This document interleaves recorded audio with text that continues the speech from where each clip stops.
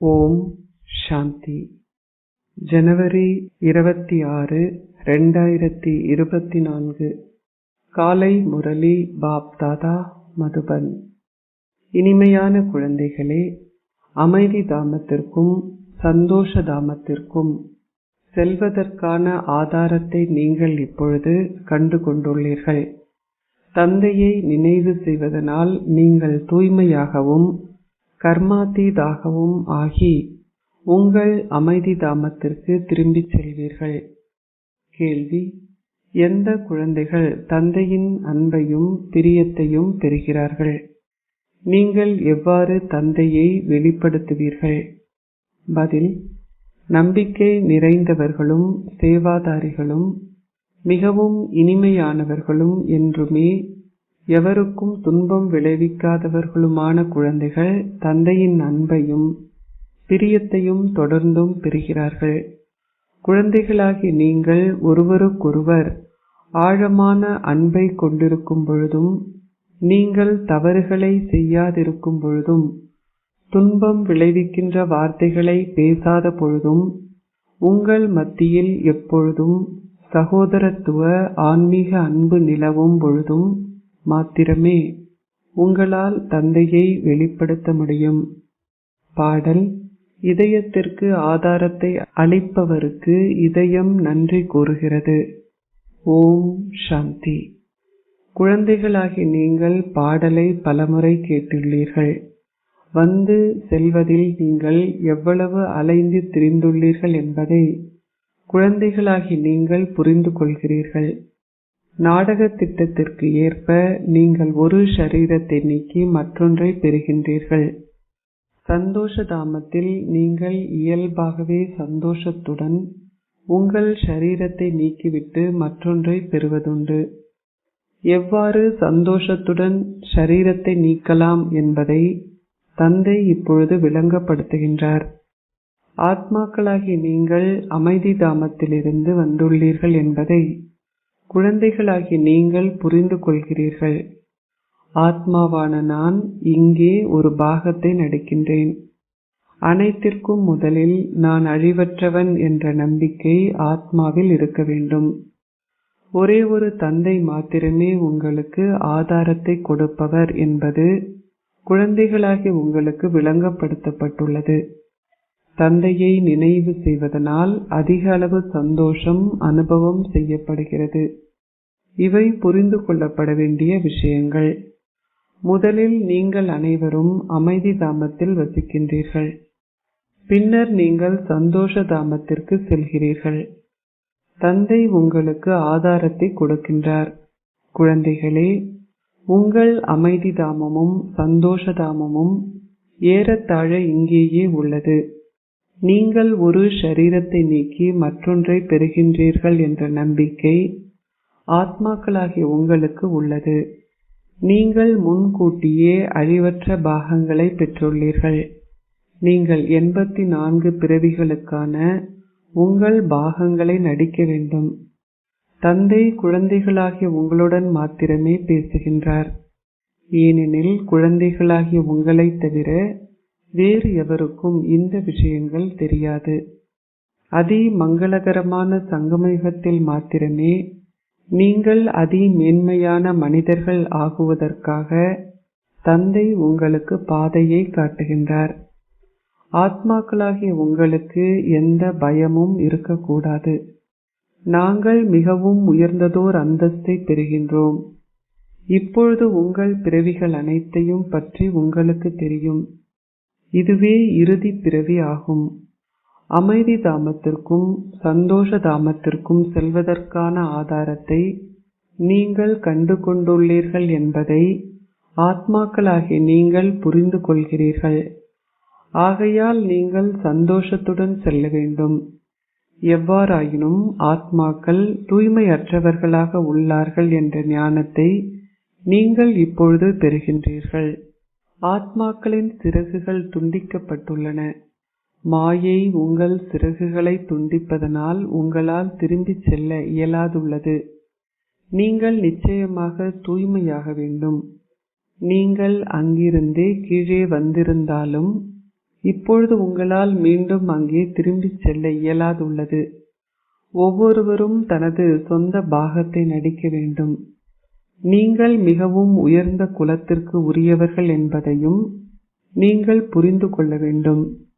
நாங்கள் இப்பொழுது மிகவும் உயர்ந்த வம்சத்தின் ராஜ்ய பாக்கியத்தை பெறுகின்றோம். எனவே நாங்கள் இந்த ஷரீரத்தின் மூலம் என்ன செய்ய முடியும்? நீங்கள் அங்கே ஒரு புதிய ஷரீரத்தை பெற உள்ளீர்கள். இவ்விதமாக உங்களுடன் பேசுங்கள்.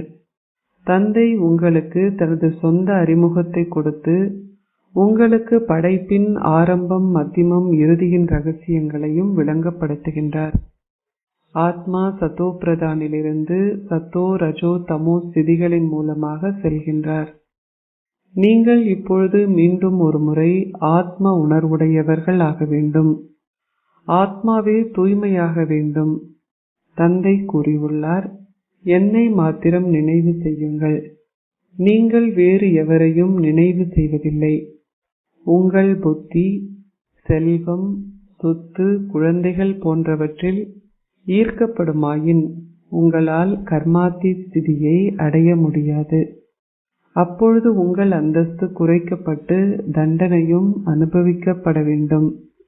ஆத்மாக்களாகிய நாங்கள் இப்பொழுது வீடு திரும்பச் செல்லப் போகின்றோம். நாங்கள் தூய்மையாகி வீடு திரும்ப வேண்டும். தந்தை எங்களை தூய்மையாக்குவதற்கு வந்துள்ளார். எங்கள் பாவங்கள் அழிக்கப்படும் வகையில் நாங்கள் ஏன் தந்தையை சந்தோஷத்துடன் நினைவு செய்யக்கூடாது? நீங்கள் நினைவில் நிலைத்திருந்து இதனை பிறருக்கு கூறும் பொழுது அம்பு இலக்கை தாக்கும். இதுவே ஞானக்கடலை கடைதல் என்று அழைக்கப்படுகிறது. காலையில் சிறந்த கடைதல் இடம்பெறுகிறது. ஏனெனில் உங்கள் புத்தி நன்றாகவும் புத்துணர்ச்சியுடனும் இருக்கிறது.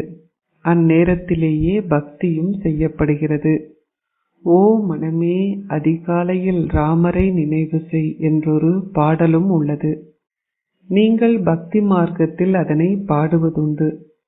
இப்பொழுது தந்தையின் வழிகாட்டல்கள், அதிகாலையில் விழித்தெழுந்து என்னை நினைவு செய்யுங்கள். சத்தியுகத்தில் அவர்கள் ராமரை நினைவு செய்வதில்லை. இந்த நாடகம் முழுவதும் ஏற்கனவே நிச்சயிக்கப்பட்டுள்ளது. தந்தை வந்து உங்களுக்கு ஞானத்தினதும் பக்தியினதும் ரகசியங்களை விளங்கப்படுத்துகின்றார். முன்னர் உங்களுக்கு இவை தெரியாது. ஆகையாலேயே நீங்கள் கல்புத்தி உடையவர்கள் என்று அழைக்கப்படுகிறீர்கள். சத்தியுகத்தில் நீங்கள் இவ்வாறு கூற மாட்டீர்கள். இந்நேரத்தில் மாத்திரமே நீங்கள் இதனை கூறுகின்றீர்கள். கடவுள் உங்கள் புத்தியை நன்றாக ஆக்குவாராக. இங்கிருக்கும் ஞாபகார்த்தம் பக்தி மார்க்கத்திலும் தொடர்கிறது. தந்தை அதிகளவு அன்புடன் குழந்தைகளாகிய உங்களுக்கு விளங்கப்படுத்துகின்றார். குழந்தைகளே, உங்கள் எல்லையற்ற தந்தையாகி என்னை நீங்கள் மறந்துவிட்டீர்கள். நான் உங்களுக்கு அரை கல்பத்திற்கு எல்லையற்ற ஆஸ்தியை கொடுத்தேன். நான் உங்களை எல்லையற்ற துறவரத்தை மேற்கொள்ளுமாறு செய்தேன்.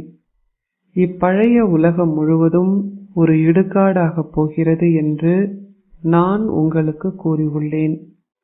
முடிவடைய போகின்ற உலகை நீங்கள் ஏன் நினைவு செய்கிறீர்கள்? நீங்கள் என்னை கூவி அழைக்கின்றீர்கள், ஓ பாபா. தூய்மையற்ற உலகிலிருந்து எங்களை விடுவித்து தூய உலகிற்கு அழைத்து செல்லுங்கள். தூய்மையற்ற உலகில் மில்லியன் கணக்கான மக்கள் உள்ளனர். தூய உலகில் வெகு சிலரே உள்ளனர். எனவே மரணங்களுக்கெல்லாம் மரணமாகிய மகா காலனை மக்கள் கூவி அழைக்கின்றனர். வந்து உங்கள் பக்தியின் பலனை கொடுக்குமாறு பக்தர்களாகி நீங்கள் கடவுளை அழைத்தீர்கள். நீங்கள் அதிக அளவு தடுமாறி திரிந்துள்ளீர்கள். நீங்கள் அரை கல்பமாக உங்களில் இப்பழக்கத்தை பதித்து கொண்டுள்ளீர்கள். ஆகையால் அதிலிருந்து விடுபடுவதற்கு காலம் எடுக்கும். இதுவும் நாடகத்தில் நிச்சயிக்கப்பட்டுள்ளது. முன்னைய கல்பத்தில் செய்ததை போன்றே நீங்கள் செய்யும் முயற்சிக்கு ஏற்ப வரிசை கிரமமாக குழந்தைகளாகி நீங்கள் உங்கள் கர்மாதி ஸ்திதியை அடைவீர்கள். பின்னர் விநாசம் இடம்பெறும். இப்பொழுது வசிப்பதற்கு கூட இடம் இல்லாதுள்ளது. போதிய அளவு தானியம் இல்லை. ஆகவே அவர்கள் எதனை உண்பார்கள்? அமெரிக்காவிலும் மில்லியன் கணக்கானோர் பட்டினி கிடப்பார்கள் என்று அவர்கள் கூறுகிறார்கள். இந்த இயற்கை அனர்த்தங்களும் இருக்கும். யுத்தம் ஆரம்பித்தால் எங்கிருந்து உணவு வரும்? யுத்தம் மிகவும் பயங்கரமாக இருக்கும். அவர்கள் தாங்கள் தயாரித்துள்ள பொருட்கள் அனைத்தையும் வெளியே எடுப்பார்கள். அத்துடன் இயற்கை அனர்த்தங்களும் உதவி செய்யும். அதற்கு முன்னர் நீங்கள் உங்கள் கர்மாதி ஸ்திதியை அடைய வேண்டும். நீங்கள் அவலட்சணமானவர்களில் இருந்து அழகானவர்கள் ஆக வேண்டும். காமச்சிதையில் அமர்ந்ததனால் நீங்கள் அவலட்சணமானவர்கள் ஆகியுள்ளீர்கள். தந்தை இப்பொழுது உங்களை அழகானவர்கள் ஆக்குகின்றார். ஆத்மாக்கள் வாழ்வதற்கு ஒரே ஒரு இடமே உள்ளது. நீங்கள் அங்கிருந்து இங்கு வந்து உங்கள் பாகத்தை நடிக்கின்றீர்கள். நீங்கள் ராம ராஜ்யத்தையும் ராவண ராஜ்யத்தையும் கடந்து செல்கிறீர்கள். இது இப்பொழுது பழைய உலகின் இறுதி என்று தந்தை உங்களுக்கு கூறியுள்ளார். நான் இறுதியில் குழந்தைகளாகிய நீங்கள் என்னை அழைக்கும் பொழுது வருகின்றேன். பழைய உலகம் நிச்சயமாக அழிக்கப்பட வேண்டும். வேடனுக்கு கொண்டாட்டம், இறைக்கு திண்டாட்டம் என்பது நினைவு கூறப்பட்டுள்ளது. எவ்வாறாயினும் நீங்கள் தந்தையின் ஸ்ரீமத்தை பின்பற்றாதுவிட்டால் அந்த சந்தோஷம் இருக்க முடியாது. உங்கள் ஷரீரங்களை நீக்கி அமரத்துவ தாமத்திற்கு செல்ல வேண்டும் என்பதை குழந்தைகளாகி நீங்கள் இப்பொழுது புரிந்து கொண்டிருக்கிறீர்கள். உங்கள் பெயர் சிவசக்திகளான சக்தி சேனை என்பதாகும். அத்துடன் நீங்கள் பிரஜாபிதா பிரம்மா குமார்களும் குமாரிகளும் ஆவீர்கள். எவ்வாறாயினும் நீங்கள் சிவனின் குழந்தைகள். பின்னர் நீங்கள் சகோதர சகோதரிகளும் ஆகின்றீர்கள். பிரஜாபிதா பிரம்மாவின் மூலமாக மாத்திரமே படைப்பு படைக்கப்படுகிறது. பிரம்மாவே முப்பாட்டனார் என்று அழைக்கப்படுகின்றார். எனவே ஆத்மாக்களாகிய உங்களுக்கு தந்தை இங்கு அமர்ந்திருந்து விளங்கப்படுத்துகின்றார். ஆத்மாவே ஒரு ஷரீரத்தின் மூலமாக அனைத்தையும் செய்கின்றார். ஆத்மாவின் ஷரீரத்தையே அவர்கள் கொலை செய்கிறார்கள். ஆத்மா கூறுவார், நான் அந்த ஆத்மாவின் ஷரீரத்தை இந்த ஷரீரத்தின் மூலமாக கொன்றேன். குழந்தைகள் தங்கள் கடிதங்களில் எழுதுகிறார்கள், ஆத்மாவாகிய நான் ஷரீரத்தின் மூலம் இந்த தவற்றை செய்தேன். இதற்கு முயற்சி தேவையாகும். நீங்கள் இதன் அடிப்படையில் ஞான கடலை கடைய வேண்டும். ஆண்களுக்கு இது மிகவும் இலகுவாகும். பம்பாயில் பலரும் அதிகாலையில் உலாவச் செல்கிறார்கள். நீங்கள் சென்று ஏகாந்தத்தில் அமர்ந்திருந்து ஞான கடலை கடைய வேண்டும். பாபாவை தொடர்ந்தும் புகழுங்கள். பாபா, இது உங்கள் அற்புதமாகும். நீங்கள் ஷரீரதாரிகளின் புகழ் பாடுவதில்லை. ஷரீரமற்றவரே அதிமேலான கடவுள் ஆவார். அவர் ஒரு பொழுதும் தனக்கென ஒரு ஷரீரத்தை எடுப்பதில்லை. தான் ஒரு சாதாரண ஷரீரத்தில் அவதரிப்பதாக அவரே உங்களுக்கு கூறியுள்ளார். இவருக்கு தனது சொந்த பிறவிகளை பற்றி தெரியாது. உங்களுக்கும் அவற்றை பற்றி தெரியாது. இவருக்கு இப்பொழுது என் மூலம் அவற்றை பற்றி தெரியும். அத்துடன் நீங்களும் அவற்றை பற்றி அறிந்துள்ளீர்கள். ஆகவே இந்த பயிற்சியும் உள்ளது. தந்தையை நினைவு செய்வதனால் நீங்கள் அதிக அளவு சந்தோஷத்தை பெறுவீர்கள். நீங்கள் ஓர் ஆத்மா என்ற நம்பிக்கை உங்களுக்கு இருக்கும்போது நீங்கள் ஆத்மாவை மாத்திரமே பார்ப்பீர்கள். அப்பொழுது விகாரம் என்ற கேள்வியே எழ முடியாது. தந்தை கூறுகின்றார், நீங்கள் ஷரீரமற்றவர் ஆகுவீர்களாக. அவ்வாறாயின் பின்னர் ஏன் குற்ற எண்ணங்கள் எழுகின்றன? நீங்கள் ஷரீரத்தை பார்க்கும் பொழுதே வீழ்கின்றீர்கள். நீங்கள் ஆத்மாவையே பார்க்க வேண்டும். நான் ஓர் ஆத்மா. நான் இந்த பாகத்தை நடித்துள்ளேன். தந்தை இப்பொழுது கூறியுள்ளார், ஷரீரமற்றவர் ஆகுவீர்களாக. என்னை நினைவு செய்தால் உங்கள் பாவங்கள் அழிக்கப்படும். நினைவு யாத்திரையில் நிலைத்திருப்பதனால் நீங்கள் ஒரு வருமானத்தை சேமிப்பீர்கள். அதிகாலை நேரம் மிகவும் நல்லது. பாபாவை தவிர வேறு எவரையும் பார்க்காதீர்கள். எவ்வாறாயினும் ஆம், லக்ஷ்மியும் நாராயணருமே உங்கள் இலக்கும் லட்சியமும் ஆகும். மன் மனாபவ் மத்யாஜிபவ். எவருக்கும் இவற்றின் அர்த்தம் தெரியாது.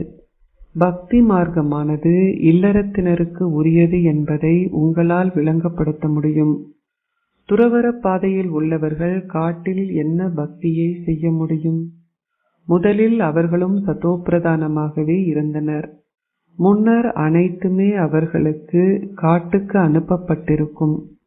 இப்பொழுது அவர்கள் தமோப்பிரதானம் ஆகி உள்ளதால் அந்த குடில்கள் வெறுமையாக உள்ளன. ஏனெனில் எதுவும் அங்கு சென்றடைவதில்லை. பக்தர்களுக்கு அவர்களின் மீது எப்பொழுதும் அந்த நம்பிக்கை இல்லை. இதனாலேயே அவர்கள் வியாபாரத்தில் ஈடுபட்டுள்ளனர். அவர்கள் மில்லியன்களையும் பில்லியன்களையும் உடையவர்கள் ஆகி உள்ளார்கள். இவை அனைத்தும் இப்பொழுது முடிவடைய உள்ளன. அந்த கட்டடங்கள் இந்த தங்கத்தினால் கட்டப்படும் என்றில்லை. அங்கே அனைத்தும் புதியதாக இருக்கும். தானியங்களும் புதியதாக இருக்கும். புதிய உலகின் அனைத்தும் முதற்தரமாக இருக்கும். நிலம் இப்பொழுது வறண்டு உள்ளதால் அவர்களுக்கு போதிய அளவு தானியங்கள் கூட கிடைப்பதில்லை. அங்கே நிலம், கடல் அனைத்தும் உங்களுக்குரியவை. அங்கே நீங்கள் அத்தகைய தூய உணவை உண்கின்றீர்கள். இங்கே அவர்கள் மாமிசத்தை கூட சமைக்கிறார்கள். அங்கே அத்தகைய விஷயங்கள் இடம்பெறுவதில்லை. எனவே குழந்தைகளாகி நீங்கள் பாபாவிற்கு அதிகளவு நன்றி தெரிவிக்க வேண்டும். உங்களுக்கு தந்தையை தெரியும்.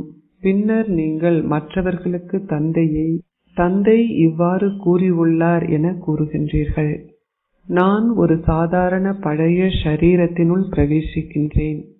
நான் அவரது ஓய்வு ஸ்திதியின் பொழுது அவருக்குள் பிரவேசிக்கின்றேன். நீங்கள் ஓய்வு ஸ்திதியிலேயே வீடு திரும்பி செல்ல வேண்டும். இதுவே நியதியாகும். பக்தி மார்க்கத்திலும் அதே வழமையே தொடர்கிறது. இந்த விஷயங்கள் அனைத்தும் கிரகிக்கப்பட வேண்டும். சிலர் அவற்றை மிகவும் நன்றாக குறித்து கொண்டு அவற்றை கிரகித்து பின்னர் அவற்றை பிறருக்கு கூறுகிறார்கள். நீங்கள் இப்பொழுது ஆதாரத்தை கண்டு கொண்டுள்ளதால் நீங்கள் அவற்றை அதிக அளவு களிப்புடன் கேட்கின்றீர்கள். ஒவ்வொரு ஆத்மாவும் நெற்றி என்ற சிம்மாசனத்தில் அமர்ந்துள்ளார் என்பதை நீங்கள் அறிவீர்கள். ஆத்மாவை பற்றி கூறப்படுகிறது. நெற்றியின் மத்தியில் அற்புதமான நட்சத்திரம் பிரகாசிக்கின்றார். பரமாத்மாவான பரம தந்தை சிவன் பிரகாசிக்கின்றார் என்று அவர்கள் கூறுவதில்லை. எவ்வாறாயினும் ஆத்மாவே பிரகாசிக்கின்றார். ஆத்மாக்கள் சகோதரர்கள். இதனாலேயே இந்துக்கள், பாகிஸ்தானியர்கள், பௌத்தர்கள் ஆகிய அனைவருமே சகோதரர்கள் என்று அவர்கள் கூறுகிறார்கள். எவ்வாறாயினும் சகோதரர்கள் என்பதன் அர்த்தத்தை அவர்கள் புரிந்து கொள்வதில்லை. உங்கள் மத்தியில் உங்களுக்குள் அதிக அளவு அன்பு இருக்க வேண்டும். சத்யுகத்தில் மிருகங்களும் ஒன்றை ஒன்று நேசிக்கின்றன. நீங்கள் சகோதரர்கள் என்பதால் நீங்கள் எவ்வளவு அன்பை கொண்டிருக்க வேண்டும். எவ்வாறாயினும் ஷரீர உணர்வு இருப்பதன் காரணமாக நீங்கள் ஒருவரோடு ஒருவர் சலிப்படைகின்றீர்கள். அப்பொழுது நீங்கள் ஒருவரை ஒருவர் அவதூறு செய்கின்றீர்கள். இந்நேரத்தில் குழந்தைகளாகிய நீங்கள் பாலும் சீனியும் போன்று வாழ வேண்டும். நீங்கள் இந்த முயற்சியை இந்நேரத்தில் செய்கிறீர்கள். பின்னர் நீங்கள் 21 பிறவிகளுக்கு பாலும் சீனியும் போன்று வாழ்கின்றீர்கள். நீங்கள் எந்த தவறான வார்த்தையை எவரிடமேனும் உபயோகித்தால் உடனடியாகவே என்னை மன்னித்துக் கொள்ளுங்கள் என்று கூற வேண்டும். ஏனெனில் மிகவும் இனிமையாக இருங்கள் என்று பாபா எங்களுக்கு கட்டளையிட்டுள்ளார். கட்டளைகளை பின்பற்றாதவர்கள் கடவுளுக்கு கீழ்ப்படியாதவர்கள் என்று கூறப்படுகிறார்கள். நீங்கள் ஒரு பொழுதும் எவருக்கும் துன்பம் விளைவிக்க கூடாது. எவ்வாறாயினும் போலீஸ் சேவையில் சில சமயங்களில் ஒருவரை உண்மை பேசச் செய்வதற்கு அவர்கள் அவரை அடிக்கவும் நேரிடும் என்று பாபாவிற்கு தெரியும். இராணுவத்தில் உள்ளவர்களும் சண்டையிட வேண்டியுள்ளது. உங்களை ஓர் ஆத்மா என கருதி சதா என்னை மாத்திரம் நினைவு செய்தால் உங்கள் படகு அக்கறை செல்லும். நீங்கள் ஏன் இப்பழைய உலகை பார்க்க வேண்டும்? நாங்கள் புதிய உலகையே பார்க்க வேண்டும். இப்பொழுது புதிய உலகம் ஸ்ரீமத்தின் மூலம் ஸ்தாபிக்கப்படுகிறது. இதில் ஆசீர்வாதங்கள் என்ற கேள்விக்கு இடமில்லை. ஓர் ஆசிரியர் ஒரு பொழுதும் ஆசீர்வாதங்களை கொடுப்பதில்லை. ஓர் ஆசிரியர் உங்களுக்கு கற்பிக்கின்றார். ஒருவர் கற்று பண்புகளை கிரகிக்கின்ற அளவிற்கு ஏற்ப அவர் ஓர் அந்தஸ்தை பெறுகின்றார். இங்கும் அதே போன்றதே. நீங்கள் எவ்வாறு முன்னேறுகின்றீர்கள் என்பதை காண்பதற்கு உங்கள் சொந்த பதிவேட்டை நீங்கள் பார்க்க வேண்டும். சிலர் மிகவும் இனிமையாக முன்னேறுகிறார்கள். அவர்கள் ஒவ்வொரு சூழ்நிலையிலும் சந்தோஷமாக இருக்கிறார்கள். பாபா கூறியுள்ளார், நீங்கள் தவறு செய்கின்றீர்களா என்பதை சோதிப்பதற்கு உங்கள் மத்தியில் நீங்கள் ஒரு சபையை கூட்டுங்கள். எவ்வாறாயினும் சபையை கூட்டுபவர்கள் புரிந்து கொள்ள வேண்டும், நான் ஓர் ஆத்மா. நான் எனது சகோதர ஆத்மாவிடம் அவர் அந்த ஷரீரத்தின் மூலம் ஏதாவது தவறு செய்துள்ளாரா என்று கேட்கின்றேன். நீங்கள் எவருக்கும் எந்த துன்பத்தையும் விளைவிக்கவில்லை இல்லையா? தந்தை என்றுமே துன்பம் விளைவிப்பதில்லை. தந்தை உங்களை சந்தோஷ தாமத்தின் அதிபதிகள் ஆக்குகின்றார். தந்தையே துன்பத்தை அகற்றி சந்தோஷத்தை அருள்பவராவார். எனவே நீங்கள் அனைவருக்கும் சந்தோஷத்தை கொடுக்க வேண்டும். நீங்கள் ஒரு பொழுதும் பிழையான வார்த்தைகளை பயன்படுத்தக்கூடாது. ஒரு பொழுதும் சட்டத்தை உங்கள் கரங்களில் எடுக்காதீர்கள். அதனை அறிவிக்க வேண்டியதே உங்கள் கடமையாகும். நீங்கள் மிகவும் இனிமையானவர்கள் ஆக வேண்டும்.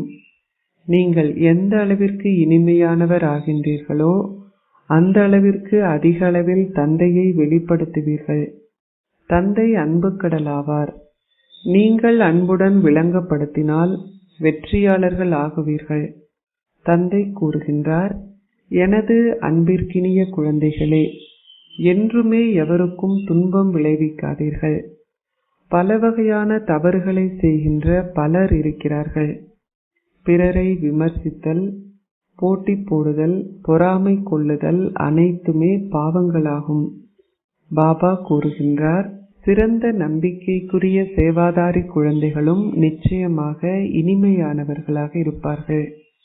பாபாவும் அவர்களுக்கு அன்பையும் பிரியத்தையும் கொடுக்கின்றார். அவர் இதனை மற்றோருக்கு கொடுப்பதில்லை. சிலர் அப்பொழுது கூறுகிறார்கள், அவர் ஒரு முக்கியஸ்தர் என்பதால் அவருக்கு பாபா சலுகை செய்கின்றார். அவர்கள் இவ்விதமாக தங்களுக்கு தாங்களே பெரும் இழப்பை ஏற்படுத்திக் கொள்கிறார்கள். அவர்கள் பிழையான செயல்களை செய்து பின்னர் பிறர் மீது குற்றம் சுமத்துகிறார்கள். இன்னார் புகைப்பதை நிறுத்தவில்லை என்ற செய்தியை பாபா பெறுகின்றார். பாபா கூறுகின்றார், அவருக்கு விளங்கப்படுத்துங்கள், யோக சக்தியின் மூலம் உங்களால் உலகையே தூய்மையாக்க முடியும்.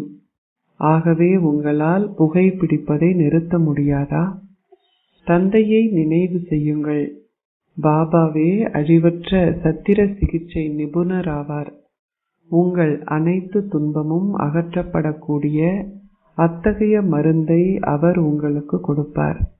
அச்சா, இனிமையிலும் இனிமையான அன்பிற்குரிய, எப்பொழுதோ காணாமல் சென்று இப்பொழுது கண்டெடுக்கப்பட்டிருக்கும் குழந்தைகளுக்கு உங்கள் தந்தை தாயாக இருக்கும் பாப் தாதாவின் அன்பும் நினைவுகளும் காலை வந்தனங்களும். ஆன்மீக தந்தை ஆன்மீக குழந்தைகளுக்கு நமஸ்தே கூறுகின்றார். ஆன்மீக குழந்தைகள் ஆன்மீக தந்தைக்கு நமஸ்தே கூறுகின்றோம். தாரணைக்குரிய சாரம் 1. ஷரீர உணர்வுடையவர்கள் ஆகி ஒருவருக்கொருவர் குழப்பம் விளைவிக்காதீர்கள். ஒவ்வொரு சூழ்நிலையிலும் சந்தோஷமாக இருங்கள். என்றுமே எவரையும் விமர்சிக்கவோ பொறாமை கொள்ளவோ அல்லது எவருடனும் போட்டியிடவோ கூடாது. நீங்கள் எவருக்கும் துன்பம் விளைவிக்க கூடாது. உங்கள் மத்தியில் நீங்கள் மிகவும் இனிமையானவர்களாக இருக்க வேண்டும். பாலும் சீனியும் போன்று வாழுங்கள். 2. அதிகாலையில் விழித்தெழுந்து தந்தையை அன்புடன் நினைவு செய்யுங்கள். உங்களுடனே உரையாடி ஞான கடலை கடையும் பொழுது தந்தைக்கு நன்றி தெரிவியுங்கள். ஆசிர்வாதம்.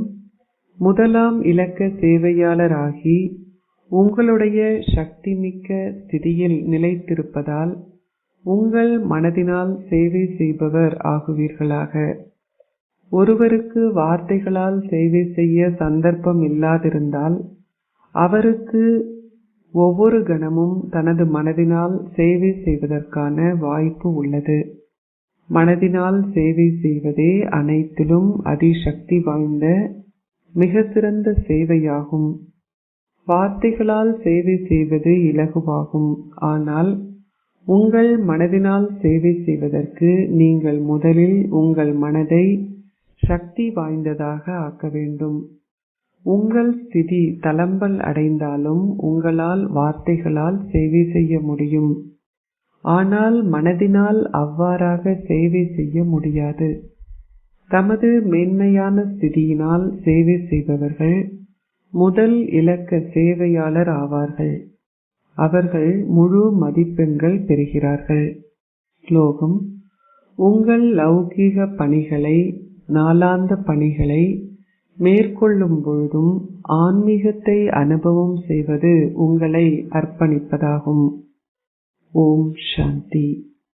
அவ்யக்த மௌனத்தின் மூலம் லேசான ஒளியான டபுள் லைட் தேவதை ஸ்திதியை அனுபவம் செய்யுங்கள்.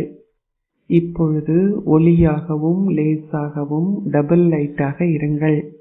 உங்களுடைய தெய்வீக புத்தி என்ற விமானத்தின் மூலமாக உயர்வான இடத்தின் ஸ்திதியில் ஸ்திரமாக நிலைத்திருந்து நல் ஆசிகளதும் தூய உணர்வுகளதும் ஒத்துழைப்பு ஒளியினதும் சக்தியினதும் அலைகளை உலக ஆத்மாக்கள் அனைவரின் மீதும் பரவச் செய்யுங்கள்.